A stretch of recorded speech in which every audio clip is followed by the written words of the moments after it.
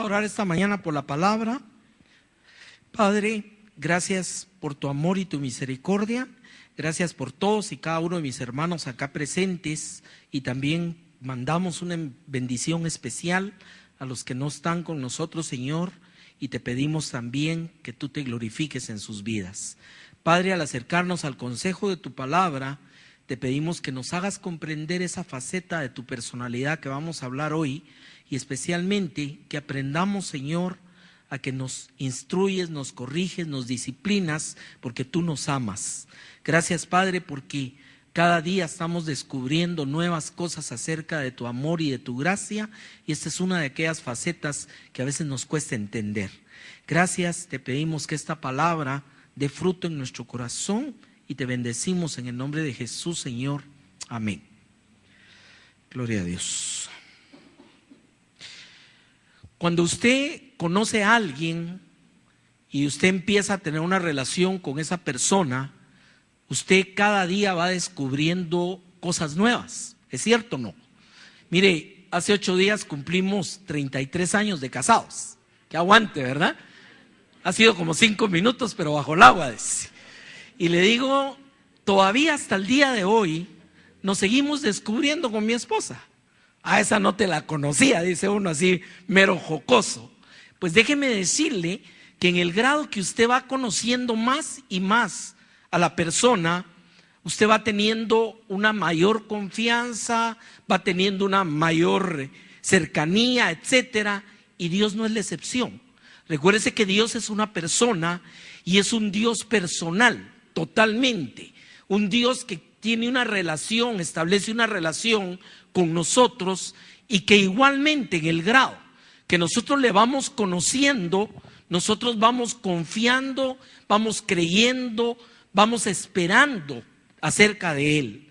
Hay cosas en nuestra vida, en la etapa de nuestro caminar, que usted mira hacia atrás, y si alguna situación hubiera pasado hace 10 años, posiblemente usted no lo hubiera entendido. Hoy lo entiende. ¿Por qué? Porque ha ido conociendo más a Dios. Y dentro de las facetas de Dios hay toda una línea que es precisamente teología sistemática, que es algo que nos enseña de la personalidad de Dios acerca de todas las facetas que se nos presentan en la Escritura. Y yo voy a hablar de una de esas facetas esta mañana, y es una faceta poco conocida, pero peormente entendida, porque cuando se nos habla de esta etapa de Dios, muchas veces no entendemos o empezamos a malinterpretar cosas que acontecen en nuestra vida. Por eso vamos a tocar ese tema. El tema de esta mañana se llama el Dios de la disciplina. Y ahí ya empecé con la palabrita. Yendo un poquito a los originales, la palabra disciplina en las traducciones griegas es la palabra paideia, que significa instruir. O sea, es importante tener cuáles son los significados. En el hebreo hay 2 traducciones de esta palabra. Uno es la palabra yazar, que significa castigar, pero la otra es musar, que significa igual que en el griego instruir. O sea que lo primero que tenemos que entender es que la disciplina tiene que ver con instruir, tiene que ver con corregir y tiene que ver con mejorar. Esa es la palabra, así de sencillo. O sea, lo que no vamos entendiendo es que es una de las dádivas de Dios que a veces no entendemos o malinterpretamos, pero que tiene como objetivo también ser una de las facetas de la expresión de Dios hacia nuestras personas. Dice el versículo llave que vamos a usar en Hebreos capítulo 12, verso 6. Porque el Señor al que ama, disciplina. Nótese que la motivación de la disciplina de Dios es el amor. Y luego dice, y azota al que recibe por hijo. También esa expresión es importante, la vamos a ver en el pasaje, porque habla de corregir al hijo, no habla de corregir al de afuera. Y eso es muy importante. Ahí va a ver usted en el contexto que dice que la disciplina es una bendición, es una dádiva de un padre hacia un hijo. Es interesante que la palabra que le dije en el griego, la palabra se aplica elementalmente dentro del contexto de la relación de padres a hijos. Esa es la palabra corregir. Ahora, Dice la palabra en Proverbios 15:32 que el que tiene en poco la disciplina menosprecia su alma. Fíjese qué palabra está tremenda. Y presenta una antítesis. Mas el que escucha corrección tiene entendimiento. Fíjese cómo esto nos va a situar en la otra posición. Una es un Dios que nos ama, un Dios del cual somos hijos, y que la disciplina es una dádiva de Dios por amor a nuestra vida. Pero el otro lado está, ¿cuál es la reacción del hombre? Dice que el menosprecia, que lo corrijan, no menosprecia su alma. Pero al mismo tiempo dice que el que acepta la corrección es porque es alguien que tiene entendimiento. O sea, nótese cómo nos habla también de cuál es la reacción que podemos tener ante la disciplina. Ahora, el primer principio de que Dios disciplina está claro. Ahí no hay vuelta de hoja. Más que todo en el mensaje voy a estudiar cómo disciplina. ¿Por qué? Porque lo que existe muchas veces es un miedo, es un temor, es que me va a castigar Dios. O creemos que alguna situación, algún problema, incluso a veces ataques del enemigo, ha de ser Dios que me esté enseñando algo. Y también es erróneo, ¿me entiende? Entonces es importante comprender que hay diferentes gradualidades de la disciplina de Dios y es importante entender cómo es que Dios nos disciplina. Y usted va a ver que todos hemos sido ya programados para corregir también de esa manera, porque usted también fue hecho para disciplinar y para corregir. La misma Biblia dice que el que detiene el castigo a su hijo es porque no lo ama. Fíjese cómo hay aquí también algo hacia la vida de los padres desde el punto de vista terrenal. Ahora, vamos a estar viendo Hebreos capítulo 12 y vamos a ver una serie de versículos. Vamos a leer a partir del verso 5 y primero lo voy a leer y después nos vamos a detener a ver algunos puntos, porque es la parte donde hay más rica enseñanza acerca de la disciplina de Dios. Dice la Escritura, Hebreos 12:5, y habéis ya olvidado la exhortación que como a hijos se os dirige diciendo, hijo mío, no menosprecies la disciplina del Señor, ni desmayes cuando eres reprendido por Él. Esta es otra palabra que también tiene el mismo valor, la palabra reprensión. ¿Qué es lo que hace necesario que seamos corregidos? Y la razón es la siguiente: por naturaleza somos imperfectos, por naturaleza hacemos cosas imperfectas y necesitamos continuamente ser corregidos. ¿Cuántos saben eso? Mire, tengo 4 y uno sabe que tiene que corregirlos todos los días y a nosotros nos corrigieron también todos los días. ¿Por qué? Porque hay muchas cosas que nos tienen que ayudar a entender y a enderezar. Y esa es la razón de la disciplina. El otro elemento acá es que también requerimos a veces ser probados para poder ser ajustados y corregidos. Y muchas veces aún así fallamos y necesitamos otra vez de corrección. Y esa es la vida, hermano. Mire, en las mismas parejas usted se da cuenta. ¿Cuántas veces usted corrige al cónyuge y el cónyuge lo corrige a usted? ¿Es cierto o no es cierto? Y en el hogar, a veces hasta los hijos lo corrigen a uno y a veces con razón también. Mira, papá, no la fregues, ¿me entiende? Entonces, sabemos que la disciplina se da en un ámbito de necesidad de ser corregidos también. Y aquí dice que por eso no debemos menospreciar la disciplina del Señor. Ese es el primer elemento. O sea, no hacer caso de cuando Dios nos disciplina es menospreciar la disciplina de Dios. El otro elemento dice, ni desmayes cuando eres reprendido por Él. Una reacción que muchas veces es natural también en la persona es ponerse rebelde ante la corrección. ¿Cuántos sabemos eso? No nos gusta. A veces cuando le jalaron las orejas a alguien, ahí anda empurrado. ¿Es cierto o no es cierto, hermano? Entonces dice, no desmayes. No desmayes cuando eres reprendido por el Señor. O sea, hay gente que si Dios le habla fuerte, o a veces se le necesita llamar la atención, ya no voy a la iglesia. Yo ahí no me quieren, ahí no hay amor. No, amor es disciplinar, amor es corregir. Y le digo, cuando dice no desmayes, se refiere a que en el grado que aprendamos a ser instruidos, vamos a estar siendo mejores. Hay una anécdota que cuenta un pastor. Él es alguien que no nació aquí en Guatemala, pero tiene muchos años de estar acá. Y él cuenta algo que a mí me impresionó, yo lo oí esto hace muchos años.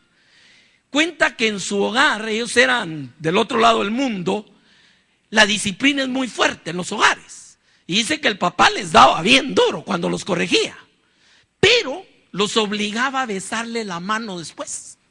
Y parece cruel, pues. Cualquiera diría, qué crueldad en esa cultura.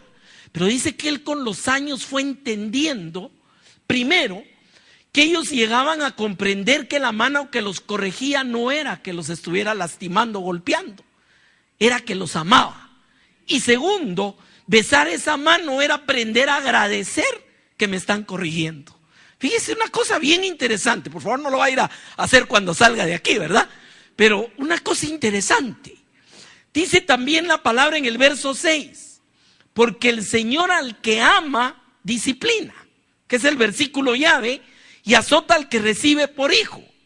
Si soportáis la disciplina, Dios os trata como a hijos. Mire qué cosa interesante esta. Si soportáis la disciplina, Dios os trata como hijos. ¿Por qué? Porque el que no la soporta se va, se huye, evita, menosprecia, desfallece, no puede ser tratado como hijo. Fíjese cómo hay una condicionalidad en esto. Dios os trata como a hijos, porque ¿qué hijo? Es aquel a quien el Padre no disciplina. O sea, yo creo que no hay persona sobre la faz de la tierra, dentro de un contexto de un hogar normal, que no haya recibido corrección. ¿Es cierto o no es cierto? Y le digo, muchos de nuestros problemas a veces sociales devienen de generación de niños que han crecido sin corrección. Entonces vemos cómo esto influye dentro del carácter de la persona, y Dios, como hijos, no somos la excepción de ser corregidos en ese sentido. Luego dice, pero si se os deja sin disciplina, de la cual todos han sido partícipes, y oiga qué palabra dura, entonces sois bastardos y no hijos. Es una palabra bien fuerte, pero habla de que la disciplina, la corrección, es una expresión de amor del Padre, y la aceptación de ella nos hace buenos hijos. Y el rechazo de ella pone en tela de duda que seamos hijos. Fíjese qué cosa terrible. Y por eso también recuérdese que la palabra dice que usted no debe corregir al siervo ajeno. ¿Por qué? Dios va a corregir a los de casa. Dios va a corregir a los que son de Él. El apóstol Pablo, escribiendo a los Corintios, en capítulo 11, verso 32, les usa una expresión muy interesante. Dice, somos castigados para no ser condenados. Yo tenía un pastor hace muchos años, fue mi pastor principal en mi vida, él ya murió, y este hermano decía algo que sonaba fuerte, pero es cierto. Decía, es mejor la nalgada hoy y no la patada eterna. A mí nunca se me olvidó eso. Mire que suena interesante. En otras palabras, mejor que hoy le den y lo corrijan y no que lo tiren para la eternidad. Eso era lo que quería decir. Y es interesante porque es una forma de expresar exactamente que a quien se corrige es al hijo. O sea, ¿qué nos hace hijos de Dios? El aceptar, el ser disciplinados, nos hace ver también que somos hijos de Dios. Fíjese, ahora, ¿por qué? Hay una razón también. Dice que si se nos deja sin disciplina, no somos hijos. Y pone el contraste en el verso 9. Tuvimos a nuestros padres terrenales que nos disciplinaban y los venerábamos. O sea, los respetábamos. Ellos, ¿por qué nos disciplinaban? Porque nos querían mejor. ¿Es cierto o no? ¿Por qué corrige usted a su hijo? Porque quiere que sea cada día mejor. Ese es el punto de todo. Y media vez entendemos eso, viene a empalmar la disciplina de Dios dentro del punto de que todo nos ayuda bien conforme al propósito de Dios. O sea, imagínense que hasta la disciplina de Dios nos ayuda a bien también. Dice también a continuación, ¿por qué no obedeceremos mucho mejor al Padre de los Espíritus y viviremos? Aquí hay otro elemento importante. La disciplina es vida. Fíjese que la persona que no acepta corrección y todo, muchas veces para mal. La disciplina trae vida. ¿Por qué? Porque nos trae instrucción, nos corrige, nos hace mejores. ¿Cuánta persona no se evitaría miles de problemas si lo hubieran corregido? ¿Es cierto o no es cierto? Ahora, sigamos viendo esto. Dice que nuestros padres terrenales primero nos disciplinaron por pocos días y dice que como a ellos les parecía, pero hace el contraste con Dios. Dice, pero para lo que nos es provechoso.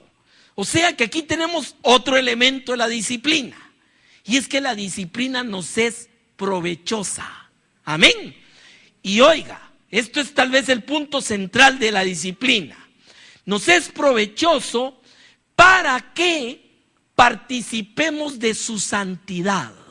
O sea, otro de los objetivos que conlleva la disciplina es el mandamiento. Sed santos porque yo soy santo, dice el Señor. O sea que la disciplina lo que trae a nuestra vida también es santidad. Fíjese todo, ya con esto, ya usted va a tener que poner en el menú de oración, corrígeme, porque no creo que lo tenga, hermano. Yo no creo que alguien se amanezca en la mañana y le diga al Señor, Señor, por favor, disciplíname hoy. No, le pedimos 1000 cosas, ¿verdad? Hasta que no haya carros en la calle, pero que nos discipline va a ser difícil que lo pidamos de corazón. Bueno, pues aquí nos está diciendo que lo pidamos. ¿Es cierto o no es cierto? Ahora, para que participemos de su santidad, nos es provechoso, y dice el verso 11, otra verdad de esto: ninguna disciplina al presente parece ser causa de gozo.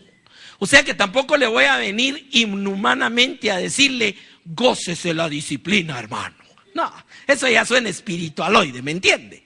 No, dice de una vez, cuando somos corregidos, no es motivo de gozo. Nadie va a andar, estoy alegre, tengo gozo. ¿Por qué no? Porque me está disciplinando el Señor. No, no es cierto, ¿me entiende?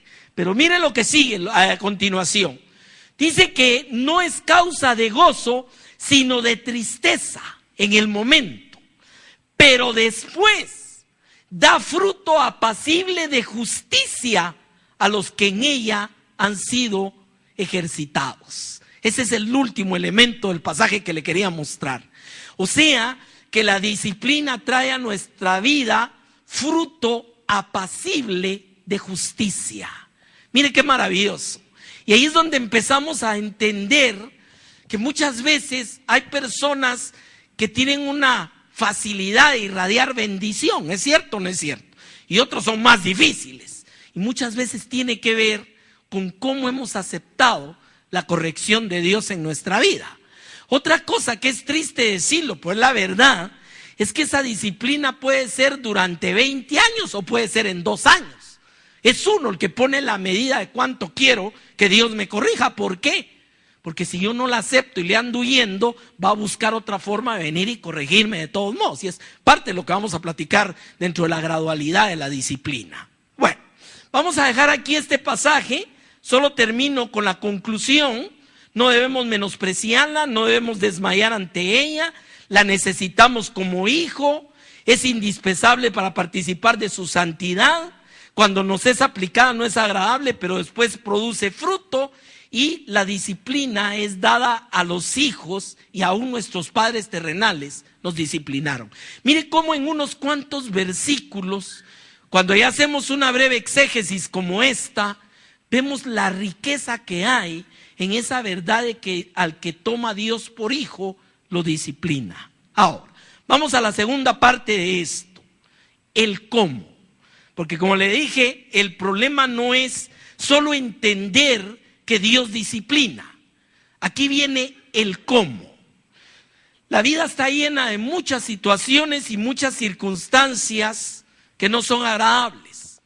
O sea, todos sabemos que pasamos por situaciones y es muy importante en el contexto de la vida cristiana poder entender el porqué de muchas de esas situaciones. Y es muy fácil caer en la trampa de que como Dios disciplina, entonces todo lo malo que me pasa es disciplina de Dios. Momento, no es así la cosa tampoco. ¿Amén? Bueno, vamos a la gradación. ¿Cuál es la primera forma como Dios nos disciplina? Es exactamente la primera que usted usa. Cuando usted quiere que su hijo se corrija de algo, ¿qué es lo primero que hace? Hablarle. Ahí estamos. Hablarle. Pero hablarle en un sentido que tiene una advertencia y tiene una consecuencia. Eso no lo debemos perder de vista. Habla, pero está advirtiendo y está mostrando que hay una consecuencia de que oigan o no oigan. ¿Es cierto o no? Mira, mi hijo, no hagas eso porque mira, te va a pasar tal cosa. ¿Es cierto o no es cierto, hermano? Haríamos mal si no lo hiciéramos. Dios trata en nuestra vida a través de su palabra y confrontarnos de muchas maneras. O sea, hay libros que son más dados a esto, especialmente libros como Proverbios, la misma ley de Moisés, los evangelios en muchos de los sermones de Jesús, muchas de las epístolas. ¿Qué es lo que tienen? Lo que tienen es confrontarnos con una realidad. Por eso el apóstol Santiago dice que la palabra de Dios es como un espejo donde nosotros nos podemos ver. Ahora, veamos un caso. Isaías capítulo 1, vamos a leer a partir del verso 16. Déjenme hablarle un poquito el contexto. Isaías escribe este pasaje en una época en que si algo sobraba, y perdóneme la expresión que voy a usar, y apestaba en Israel, era religión. Tenían religión, pero olvídese. Fiestas que guardar, incienso, sacrificios, hoy es el día no sé qué, mañana el de no sé cuánto. Si algo ahí estaba, pero encima de todo, era la religión. ¿Por qué digo esto como contexto? Porque la religión es muy fácilmente dable a que esté podrida por dentro. Por eso Jesús le dijo a los fariseos: ustedes por fuera lucen blancos, pero por dentro están llenos de huesos muertos y secos.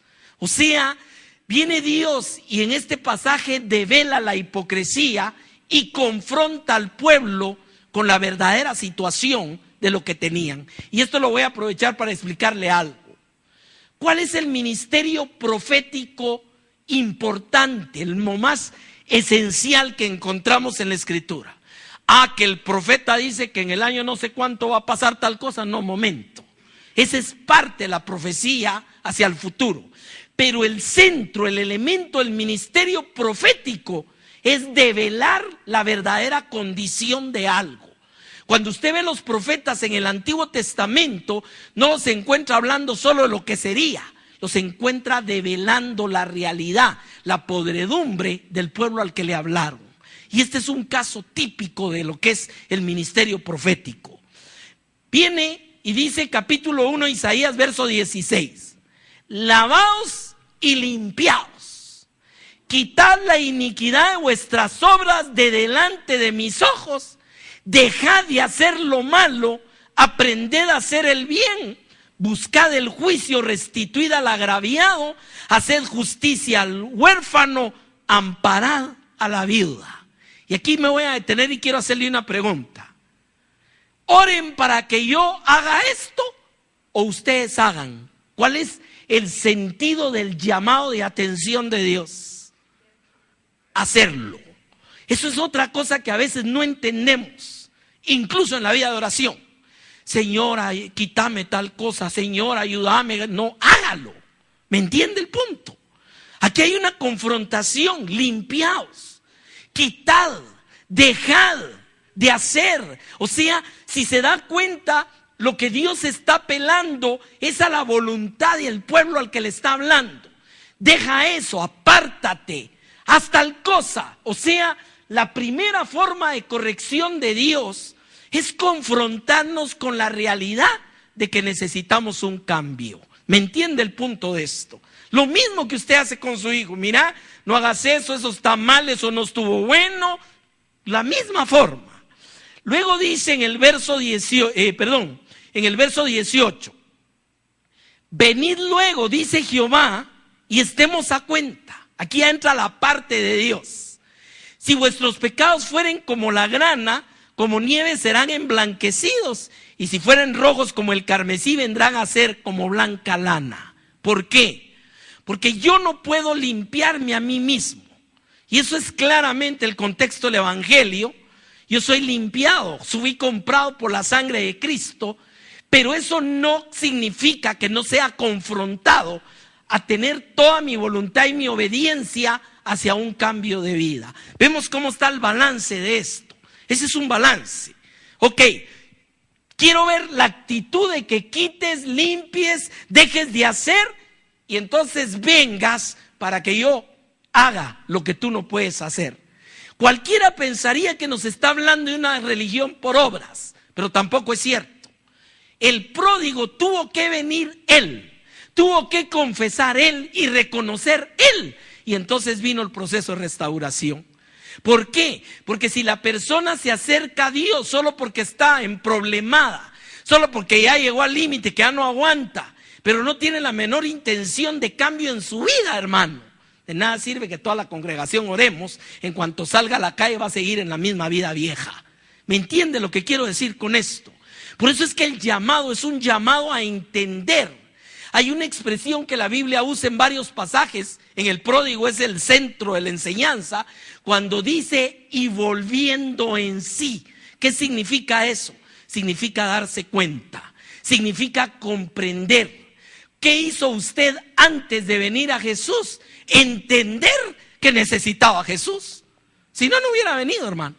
Cuando estábamos con el escudote religión de que no le hago mal a nadie, o a la iglesia doy limosna, hago, vuelvo y no le hago mal a nadie. Cuando estamos con ese escudo, casi que estamos vacunados a no poder entender la misericordia de Dios a través de la cruz, hermano. ¿Es cierto o no es cierto? Ahora, veamos un poquito más. Si quisiereis, oiga, verso 19, y oyereis, comeréis del bien de la tierra. Si no quisiereis y fuereis rebeldes, seréis consumidos a espada, porque la boca de Jehová lo ha dicho. Oiga, aquí ya tenemos la estructura completa. Primer punto, es un llamado a ser confrontados con nuestra realidad. ¿Correcto?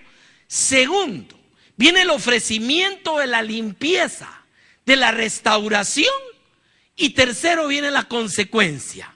Si vienes, si oyes, si atiendes, te vendrá bien. Pero si no quieres y sigues, te va a venir la espada. ¿Cuál es la historia de Israel, hermano? Es exactamente esto. ¿Qué era Deuteronomio 28? Las bendiciones y maldiciones de la ley eran exactamente lo mismo. Acontecerá que si oyeres atentamente la voz de Jehová tu Dios para poner por obra todos los mandamientos que te prescribo hoy, entonces te vendrán todas estas bendiciones y te alcanzarán donde estés.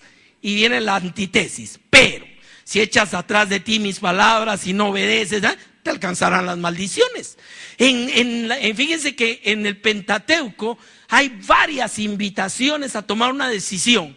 Hay otra que dice: mira, yo he puesto delante de ti el camino. Escoges el de la obediencia y ser bendecido, o te vas por el de la desobediencia y ser maldecido. Es lo mismo siempre.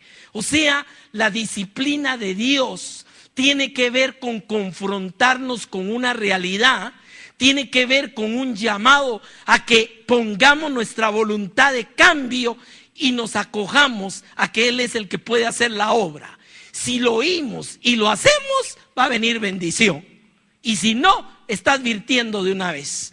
Le recomiendo leer en su casa Levítico 21. Usa un lenguaje fuertísimo para dar advertencias acerca de la desobediencia. Es el mismo punto, pero regreso al elemento principal. ¿Cómo disciplina Dios? Disciplina, primero que nada, con su palabra. Ahora, ¿puedo tener disciplina si ni siquiera sé qué dice Dios? Mire, ahí empieza el problema. ¿Sabía eso? Hay mucha gente que en su vida ha leído la Escritura o ha leído uno que otro pasaje, o los que se conocen son los de Navidad y Semana Santa. Pero le digo una cosa, mi amado, si usted no conoce la palabra, Dios no puede tratar con usted. Porque créame que no se le va a aparecer un ángel y le va a decir, dice el Señor que no hagas ni vuelvas. No, vaya y búsquenos la palabra. Recuérdese, nunca se me olvida, cuando estaban aquel uno en el infierno y el otro en el seno de Abraham, le pide a Abraham, Señor, por favor, manda a Lázaro que vaya con mi familia y les advierta de que no vengan aquí. Le dice, no, le dice, tienen la ley y los profetas. ¿Qué significa eso? Tienen la palabra. Si no le hacen caso a la palabra, no le hacen caso a uno que resucitó a los muertos. Y eso es lo que estamos viendo en la realidad, hermano. Amén. Si no hay entendimiento, no hay obediencia a la palabra, Dios no puede tratar con nuestra vida. Y ahí vamos a entrar en la última fase de lo que vamos a ver, porque voy a hacer también un pasaje, vamos a ver que no es lo mismo disciplina que ira. Son dos cosas distintas y no son para los hijos tampoco. La disciplina es para los hijos, la ira es para los no hijos. Eso lo vamos a ver al final. Vamos a la segunda forma, que tal vez es la más difícil de interpretar en nuestras vidas, y es lo que se llama la disciplina circunstancial. ¿Qué quiere decir esto? Que hay situaciones en la vida donde Dios tiene que corregirnos provocando ciertas situaciones. ¿Entiende? Y por eso le digo, es muy delicado querer entender cualquier problema que yo tenga a la luz de esto. Ahí vamos a platicar un poquito de ello. Dice Deuteronomio 8, verso 2. Le está hablando a Israel. Y te acordarás de todo el camino por donde te ha traído Jehová tu Dios estos 40 años en el desierto, para afligirte, para probarte, para saber lo que había en tu corazón, si habías de guardar o no sus mandamientos. Te afligió, te hizo tener hambre, te sustentó con maná, comida que no conocías ni tú ni tus padres la habían conocido, para hacerte saber que no solo de pan vivirá el hombre. Esta es otra forma de disciplina. Y déjeme traérsela a hechos contemporáneos. Hay momentos en la vida que cuando el hombre lo tiene todo, puede llegar a sentirse muy pagado de sí mismo. ¿Cuántos sabemos eso, hermano? Miren, nos pasa. Muchas veces Dios tiene que pinchar el globo, hermano. A veces estamos tan bien que ya no necesitamos nada. Mire, a David le pasó, ¿sabía usted eso?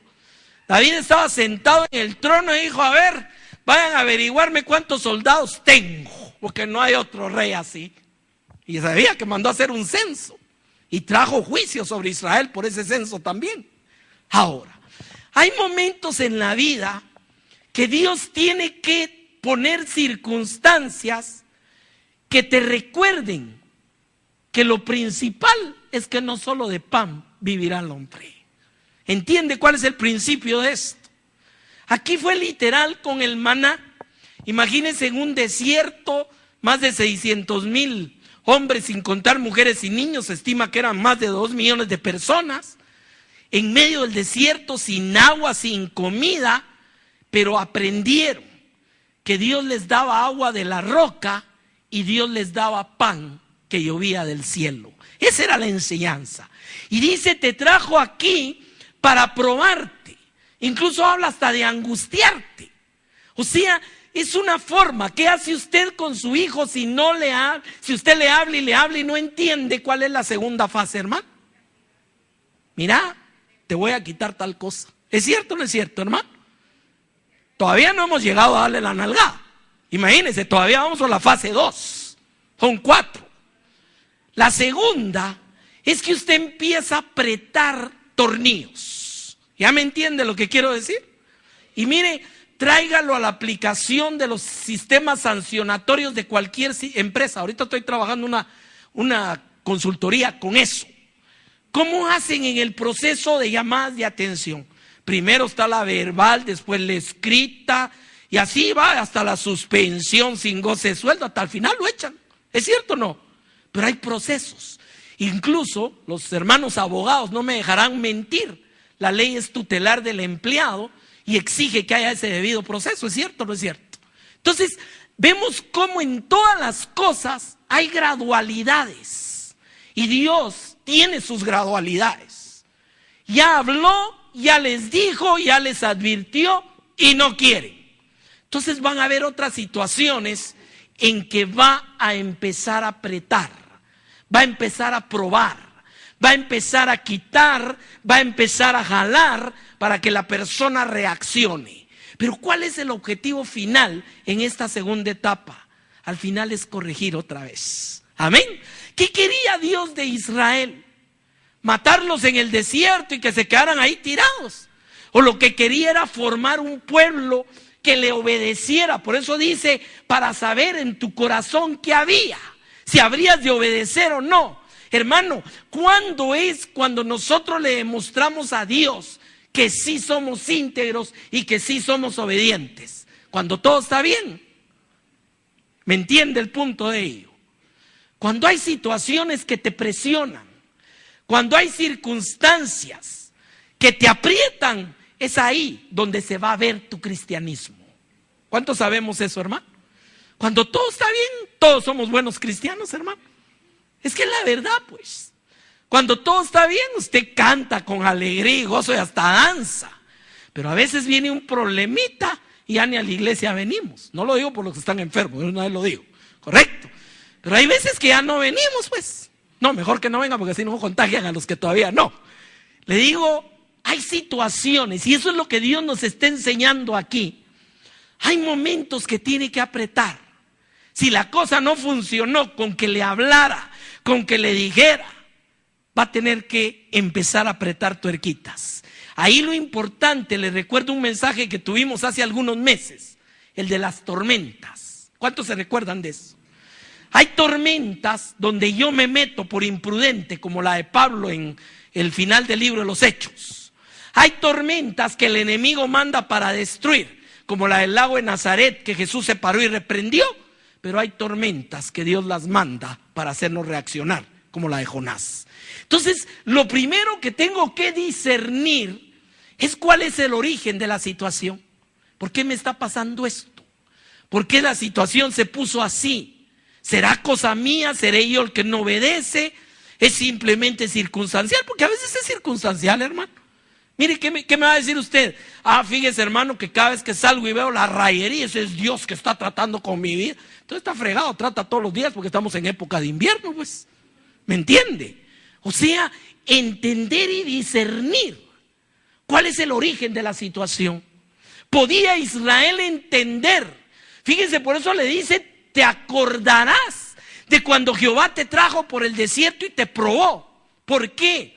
Porque usted toma experiencia también y dice, no, la vez pasada me le puse rebelde a Dios y no me fue muy bien. No, yo ya aprendí mi lección. ¿Cuántos han oído hablar de eso, hermano? Por eso fíjese que dice Proverbios 15, lo que le leí. Otra vez lo vuelvo a decir, el que tiene en poco la disciplina menosprecia su alma. Le pregunto, ¿la historia de Israel es una historia de obediencia o es una historia de dura cerviz? Y aún así no los abandonó Dios. ¿Ya vio eso?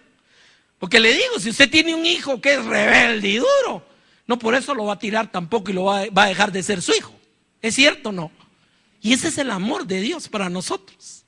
Trata con nuestra vida, nos corrige, nos disciplina, pero el fin, el objetivo, dice la palabra, yo sé los pensamientos que tengo acerca de vosotros, pensamientos de paz y de bien, para daros el fin que esperáis.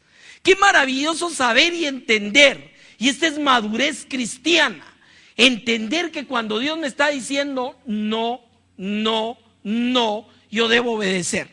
Y que si de todos modos voy de necio y llevo daño, porque dice el libro de Proverbios que el que siendo avisado de todos modos sigue, va a sufrir daño. Esa es otra, la famosa ley de la siembra y la cosecha. Todo lo que el hombre siembra, cosecha. Y la desobediencia también se cosecha. La rebeldía también se cosecha. Pero qué maravilloso entender cuando ya pasé por ahí, si fui de los que aprendieron con el leño, lamentablemente, poder ver atrás y decir, no, ya aprendí mi lección. Ya sé que con Dios no puedo jugar. Porque hay gente que trata de jugar con Dios, hermano. Hay gente que dice, no, mire, Dios es muy bueno usted. Dios, pero ni al diablo va a castigar. Hay gente, yo lo he oído, ¿me entiende? Ahora, vamos a la tercera forma. Ya la tercera forma ya es una forma mucho más dura, hermano. Esta forma ya es un trato de no querés entender, te voy a tener que sacudir. Y ahí vamos a ver casos como el de María y Aarón. ¿Se acuerda usted ese caso? Empezaron a protestar, ¿y por qué solo Moisés es el de todo? ¿Qué? Y nosotros, y los echó al campamento, y María resultó llena de lepra. Al rato la curó y la trajo de regreso, pero aprendió la lección, hermano. Son tratos ya al margen, ya es una forma de que, esta es la parte que leímos. A Dios, a quien toma por hijo, disciplina y azota. Esto ya es el azote. Esto ya no es la circunstancia te empieza a apretar, te empieza a acorralar para que entiendas y oigas lo que Dios dice y dice y dice, ¿me entiende? Pero esta tercera es cuando Dios ya se quita el cincho, hermano. Esta ya es cuando Dios dice, ok, no me querés hacer caso, te voy a hacer que me hagas caso porque te amo, porque quiero que compartas mi santidad. Porque quiero que des fruto apacible de justicia, porque quiero que seas un buen hijo. ¿Ya me entiende? O sea, el objetivo no se pierde, la forma se vuelve más estricta. ¿Por qué? Porque es cuando hemos pasado la etapa de no entender, hermano. Y mire, haga memoria por ahí y piense cuánta gente no conocemos, hermano, que ha tenido que llegar a este trato de Dios para poder reaccionar. ¿Es cierto lo que digo o no es cierto? Y le digo, no es alegre decirlo, pero hay gente que después de una buena somatada, al fin se nivelan con Dios. Y le voy a dar un ejemplo, hermano. Israel pasó miles de años llevando palo de los enemigos. Solo en el libro de Jueces llevó palo 7 veces se arrepintió y 8 veces lo restauraron. Ese es el ciclo. Y si nos vamos a los libros históricos encontramos la misma cosa. Hay 39 reyes, solo 6 fueron buenos y todos los demás fueron malos. Y en la época de los malos hubo juicio de Dios. Todo el tiempo vemos ese fluctuar. Pero ¿qué pasó al final cuando empezaron a regresar? Donde se escribe Nehemías, se escribe Esdras y se escriben libros de los profetas posteriores como Zacarías, Malaquías, Miqueas, o sea, los últimos antes de los 400 años de silencio para que naciera Jesús. En esa época, esos 400 años, Israel entendió la leñaciada que había recibido, hermano, durante miles de años. Y usted ve un Israel que cambia, pero entonces el péndulo se mueve al otro lado. Se vuelven súper religiosos y legalistas. Ahí fue el medio en que nació Jesús. Pero en esos años ya no se metieron con dioses ajenos, al fin entendieron, hermano. Mire, venía un rey, barría con las imágenes de Acera y de todos los dioses paganos, y venía bendición y prosperidad. Entraba el que venía atrás y otra vez hacer las cosas, y a veces dice, peor que lo hizo fulanito allá atrás. Y el amor de Dios se mantenía generación tras generación. Dice, por el amor de Dios a su siervo David. Y ahí iban como por la 15ª generación. Pero no se acababa la misericordia de Dios por un rey que lo amó y fue obediente. Mire qué cosa bella, hermano. ¿Qué le quiere usted heredar a sus hijos? No solo les heredamos un ejemplo, no solo les heredamos otras cosas. Usted le puede heredar a sus hijos bendición si usted es obediente con Dios. ¿Es cierto o no es cierto, hermano? Mire, es la mejor herencia que usted le puede dar a un hijo. Que Dios diga, por amor a tu papá, te voy a bendecir a ti también. ¿Cierto o no es cierto? Mire, ¿sabe una cosa? El amor de David para Dios tuvo fallas, pero entre toda la línea fue íntegro y amó a Dios de todo su corazón. Salomón no. Salomón al final de sus años le fue infiel a Dios, le construyó en la misma Jerusalén palacios a los dioses de sus mujeres que eran paganas, que fue una de las advertencias, Y sin embargo Dios sigue visitando a Israel con bendición, con misericordia, y sigue refiriéndose al amor por su siervo David. En ningún momento usted ve que diga por amor a mi siervo Salomón. ¿Por qué?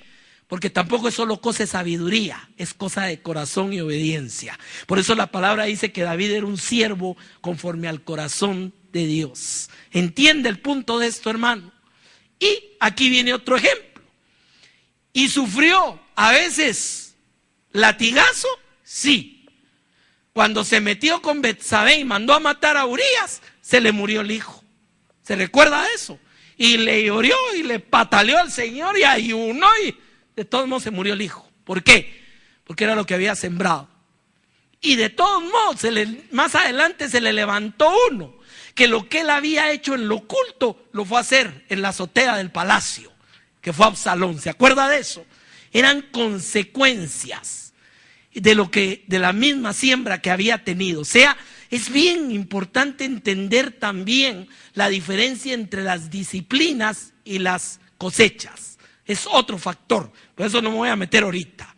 Ahora, vemos el caso más típico de este punto en la vida de Jonás. Dice Jonás capítulo 1, verso 1. Vino palabra de Jehová a Jonás, hijo de Amitai, diciéndote: levántate y vete a Nínive, aquella gran ciudad, y pregona contra ella, porque ha subido su maldad delante de mí. Y Jonás, oiga, se levantó para huir de la presencia de Dios. O sea, le están diciendo: vete al norte, y él se va a buscar un barco que lo lleve para el sur. Se fue a Jope, y hay una nave que partía para Tarsis, y pagando el pasaje entró en ella para irse con ellos, lejos de la presencia de Jehová. Fíjese qué terrible esto, hermano. ¿Será que nos podemos ir lejos de la presencia de Jehová? Mire, el Salmo 139 lo escribió David cuando entendió esa verdad. Dijo: ¿a dónde me iré de tu presencia? Si subo al cielo, ahí estás tú, y si bajo al Seol, ahí tú estás también. Incluso lo lleva al momento. Por eso yo no discuto sobre el tema del aborto, porque está clarísimo, solo en el Salmo 139, cuando dice: tus ojos vieron mi embrión. ¿Ya era o no era? ¿Me entiende el punto? Ahora, desde ahí vemos claramente, no se puede huir de la presencia de Dios. Adán y Eva cometieron el terrible problema de querer esconder o taparse ellos. Y la humanidad sigue cayendo en el mismo problema, hermano. Créame que muchas corrientes filosóficas, incluyendo el ateísmo, no son otra cosa que una forma de esconderse de Dios. ¿Por qué? Porque si no creo o niego que existe Dios, no le tengo que dar explicaciones.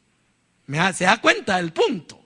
Ahora, viene y se fue huyendo de Dios. Y dice el verso 4: pero Jehová hizo levantar un gran viento en el mar, y hubo en el mar una tempestad tan grande que se pensó que partiría la nave. Ahora, díganme, aquí hubiera funcionado que alguien se parara como hizo Jesús en la barca de Nazaret a reprender los cielos y la tierra, hermano. ¿Me entiende el punto? Ese es el entender qué es lo que está pasando. ¿Qué hizo Jonás durante la estadía y la tormenta? ¿Se puso a orar y a arrepentirse? No. Fíjese que hay una palabra ahí que es mera simpática, porque esa es la traducción original. Dice que fue y se echó abajo del barco y se echó las chamarras encima y se durmió. Mire, qué triste que Dios esté tratando de hacer reaccionar a alguien y permanezca a estar dormido durante ese trato. ¿Me entiende el punto? Hasta los paganos que iban en el barco empezaron, dice la palabra, a ofrecerle sacrificios a sus dioses. Se dieron cuenta que eso no era natural lo que les estaba pasando y lo fueron a despertar. Le dice: oye, tú dormilón, levántate y clámale a tu Dios, tal vez así se nos para esto. Fíjese qué tremendo, hermano. Mire, hay veces en que el que no conoce a Dios lo puede usar Dios para reprender a sus hijos, para que entendamos. Es cierto, ahí tiene usted un caso. Levántate, anda, aunque sea tu Dios, vele a pedir ahí. Y se levantó aquel, y sabía o no sabía, porque aquí venimos con otra cosa. Ay, es que Dios no me ha hablado, yo no sé si esto viene de él. Claro que lo sabe, perdóneme, lo sabe. Tiene un Espíritu Santo que lo guía y tiene una conciencia que está santificada en el que nació de nuevo en usted. Entonces, no hay tales de, yo no sé, hermano, será de Dios. No, usted sí lo sabe. Hay una vocecita que no lo deje equivocarse. Mira, te está hablando Dios, no querés oír. No, pero que andamos queriendo dormirnos en medio de la tormenta. ¿Entiende esto, mi amado? Claro, se levantó y les dijo, sí, es que esto ha venido por causa mía, dice de una vez. Porque yo soy siervo de Jehová, el Dios vivo. Y cuando oyeron eso se agarraron miedo, hermano. Dijeron así que échenme al mar y se les va a apaciguar. Y lo echaron al mar y se apaciguó, hermano. O sea que a veces lo que necesitamos es echarnos al mar para que la cosa se aquiete. ¿Cuántos sabemos eso, mi amado? Sí, cuando ya nos dijo, ya nos habló, ya nos apretó y no queremos hacer caso. Son las gradaciones de Dios, hermano. No hacemos caso, ahí vamos, y necios. Al fin reaccionó. ¿Y qué fue lo que salió del corazón de Jonás? Un día vamos a hablar de ese libro, es precioso, tiene mucha enseñanza también. ¿Qué fue lo que pasó? Que él no quería ir. ¿Usted sabe por qué no quería ir a predicar a Nínive? Porque conocía la misericordia de Dios. Cuando estaba ahí todo empurrado, ahí viendo desde un monte, le dice a Dios, yo sabía que si estos se arrepentían, tú los ibas a perdonar. Por eso yo no quería venir. Sí, mire qué tremendo eso, mi mamá. Imagínense, no quería ir. No, si voy, de repente se me convierten y adiós. ¿Qué era lo que quería? Que les cayeran truenos y rayos, hermano. Es cierto, no, cuidado con ese corazón también, porque nos puede pasar, hermano. Ay, no, por ese ni oro usted. Cuidado. Por eso dice, orad por los que os ultrajan. Amén. Por eso, para ponernos a prueba de que vas a amar a tu enemigo, vas a orar por él.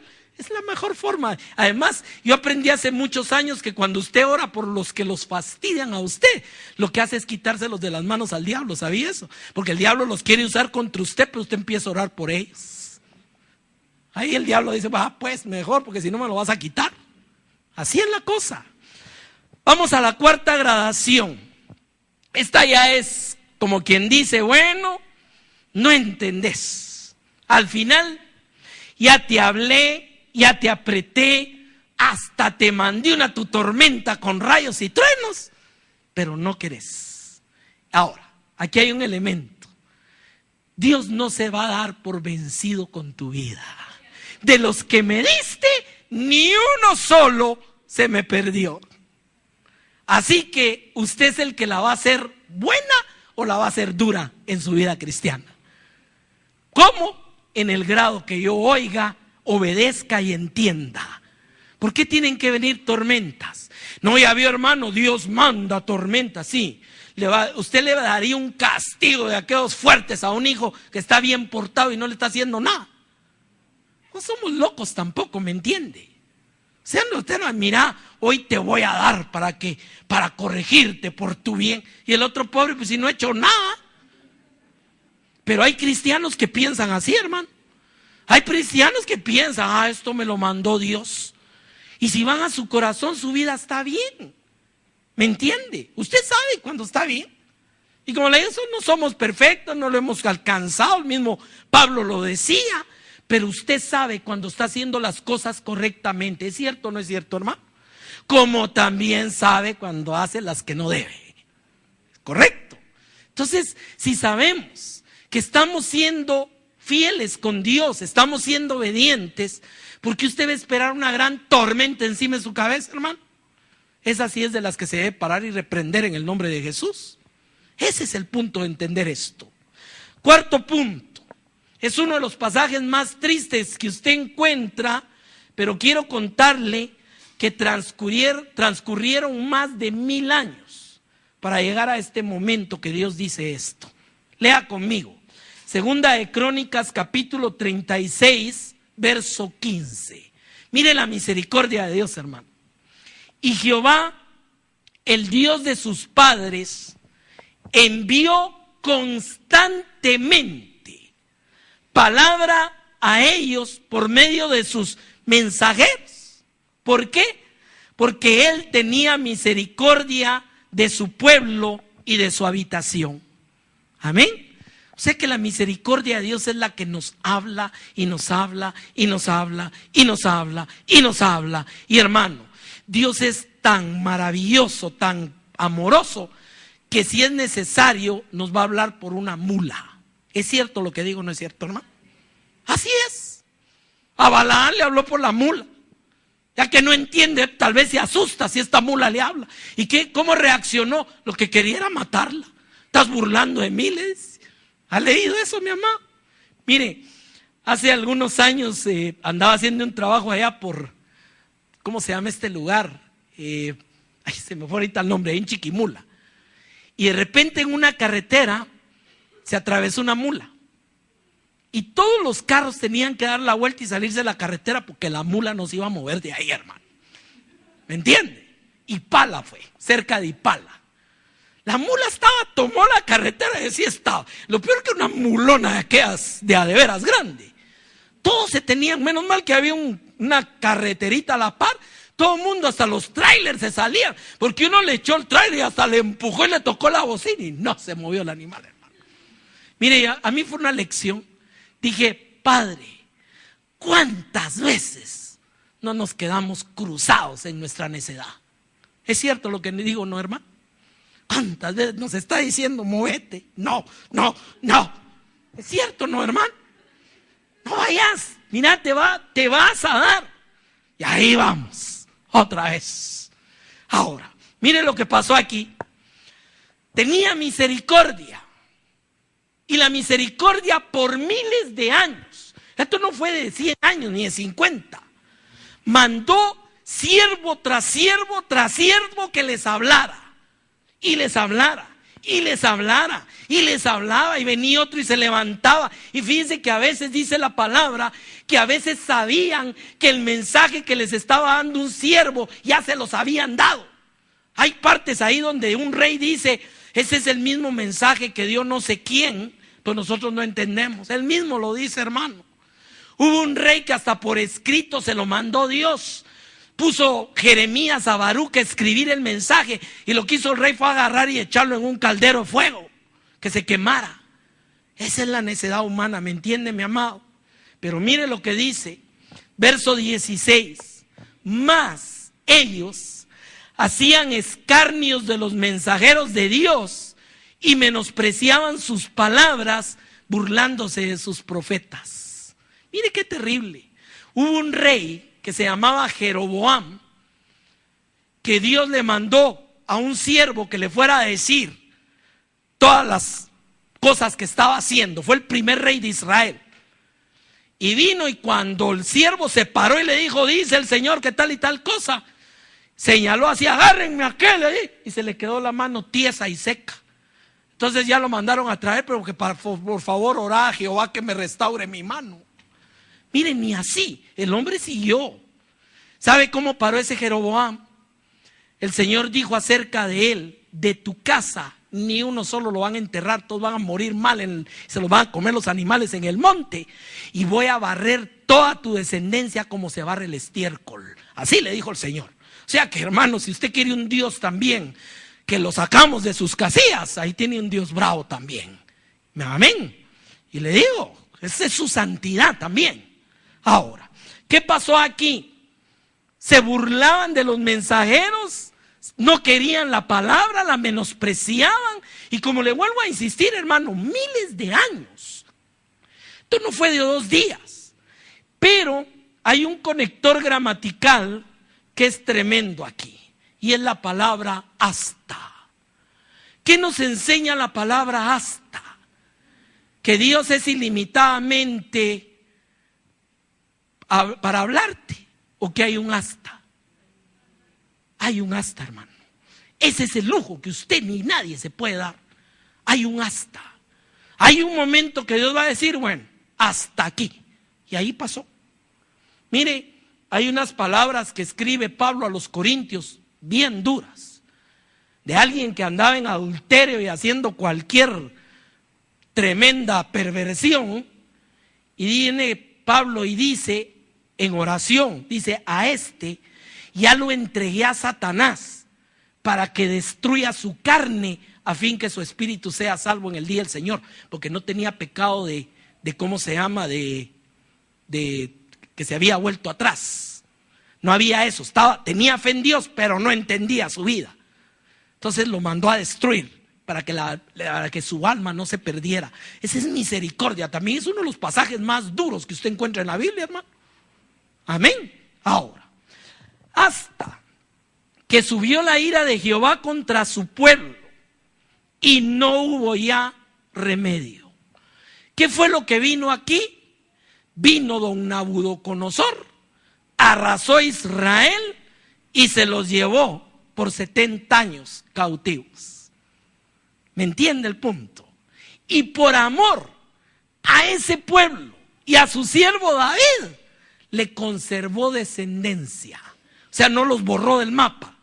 Regresaron y volvieron. Ahí está el libro de Esdras y Nehemías, otra vez a restaurar. Pero pasaron 70 años en cautiverio y fue muy desagradable porque no quisieron entender. Esa es la cuarta. La cuarta es cuando llevamos a Dios al colmarlo hasta que diga: bueno, hasta aquí, no querés. Amén. Pero aún así no se perdieron. ¿Entiende el amor de Dios? Y ya había pasado por todo. Ya los había hablado, ya los había apretado, ya todo. Y no querían. Les había enseñado que cada vez que clamaban a Él, cuando venía el enemigo y no podían, les daba la victoria. Imagínese, hermano. Mire, hay un caso en la Escritura que a mí me impactó y se llama el arrepentimiento de Acab. ¿Sabe usted que Acab fue el peor rey de todos los 39? Ese se ganó la medalla de oro. Pero un día le pegó. Un día se sentó y se sintió mal con Dios. Y Dios le manda un profeta que le diga: dile que por eso voy a traer el mal hasta después de él, no ahorita. ¿No es misericordia ese, hermano? Y mire, usted no encuentra un rey más duro que ese. Pero Dios tiene misericordia. Ese es el contraste que yo quiero dejarle esta mañana, hermano. Amén. Termino con esto. Hay momentos en que es juicio, no disciplina. Se me había olvidado solo comentar esto. Léase la historia de Sansón en el libro de Jueces. Ese es este caso que estamos viendo, el penúltimo. A Sansón pecaba y rompió los votos de Nazaretato varias veces, se contaminó con animales muertos, se metió con prostitutas, no entendía. Y siempre decía: si el enemigo viene, yo me levanto y ya.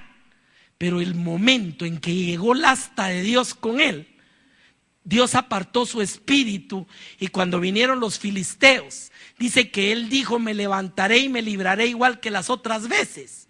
Pero entendió que el espíritu de Dios se había apartado. ¿Cómo paró el pobre Sansón? Le sacaron los ojos, lo pusieron de esclavo y era el hazmerreír de los filisteos. Esa es ahora la pregunta. ¿Será que Dios tenía eso para la vida de Sansón? No, él lo provocó. ¿Entiende el punto? Bueno, vamos al último. Cuando es juicio, no disciplina. Génesis 19, 24. Entonces Jehová hizo llover sobre Sodoma y Gomorra azufre y fuego de parte de Jehová desde los cielos, y destruyó las ciudades y toda aquella llanura con todos los moradores de las ciudades y el fruto de la tierra. Eso no es disciplina, eso es ira. ¿Entiende? ¿Dónde vemos casos como esto? El diluvio. Ahí no fue disciplina, hermano, ahí fue juicio. O sea, pero si analizamos, no es aplicada a los hijos. Ese es el punto que le quiero dejar. Y por eso teológicamente yo discrepo de la posición de la segunda, del arrebatamiento parcial, que a unos se quedan y otros se van. ¿Por qué?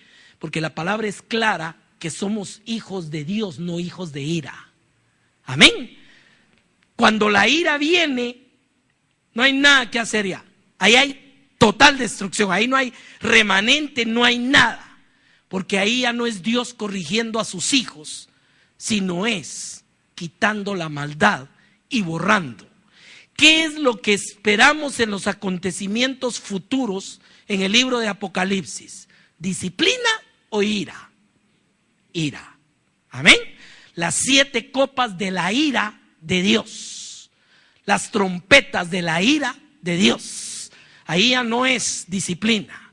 Pero es muy importante entender, mi amado, y con esto termino, que Dios no te va a destruir. Dios no va a traer ira sobre ti. Lo que va a traer es disciplina. ¿Estamos claros con eso?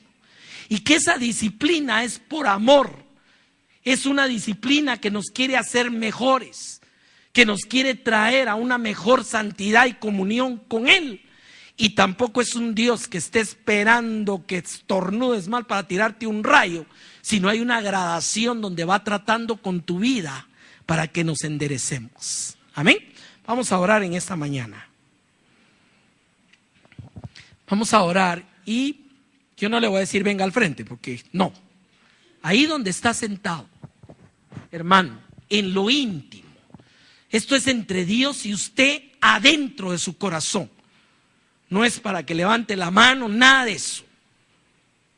Si usted tiene en su vida algo que usted sabe que está mal, algo que no necesita que se lo digan, usted sabe que no está haciendo lo correcto, usted sabe que eso no está bien y sabe que Dios le ha hablado, sabe que Dios ya se lo dijo, uno y otro mensaje, alguien le habló, alguien le exhortó.